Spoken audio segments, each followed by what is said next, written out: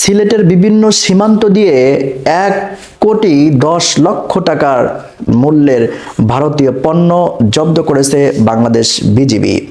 সিলেটের বিভিন্ন সীমান্তে সরকারের শুল্ক ফাঁকি দিয়ে চোরাই পথে ভারত থেকে আনা বিপুল পরিমাণ ভারতীয় পণ্য জব্দ করেছে Bangladesh border guard BGB.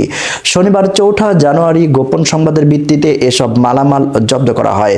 BGB ব্যাটালিয়নের অধিনায়ক লেফটেন্যান্ট কর্নেল মোহাম্মদ হাফিজুর রহমান স্বাক্ষরিত এক বিজ্ঞপ্তিতে এ তথ্য নিশ্চিত করেছেন।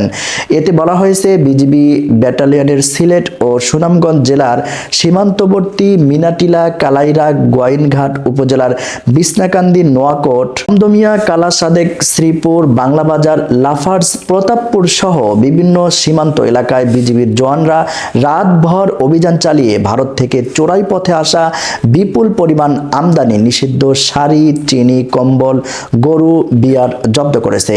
একই অভিযানে বাংলাদেশ থেকে পাচারকালে রসুন, পাথর, শিং মাছ উদ্ধার করা হয়েছে। এ সময় চোরাচালানিতে ব্যবহৃত পিকআপ ও ট্রাক জব্দ করা হয়েছে। জব্দকৃত মালামালের আনুমানিক বাজার ১,১০,৯৭,০৫০ টাকা বলে জানানো হয়েছে।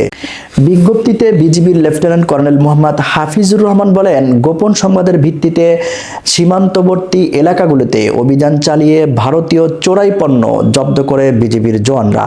জব্দকৃত মালামালের বিষয়ে আইনি ব্যবস্থা গ্রহণ করা হবে।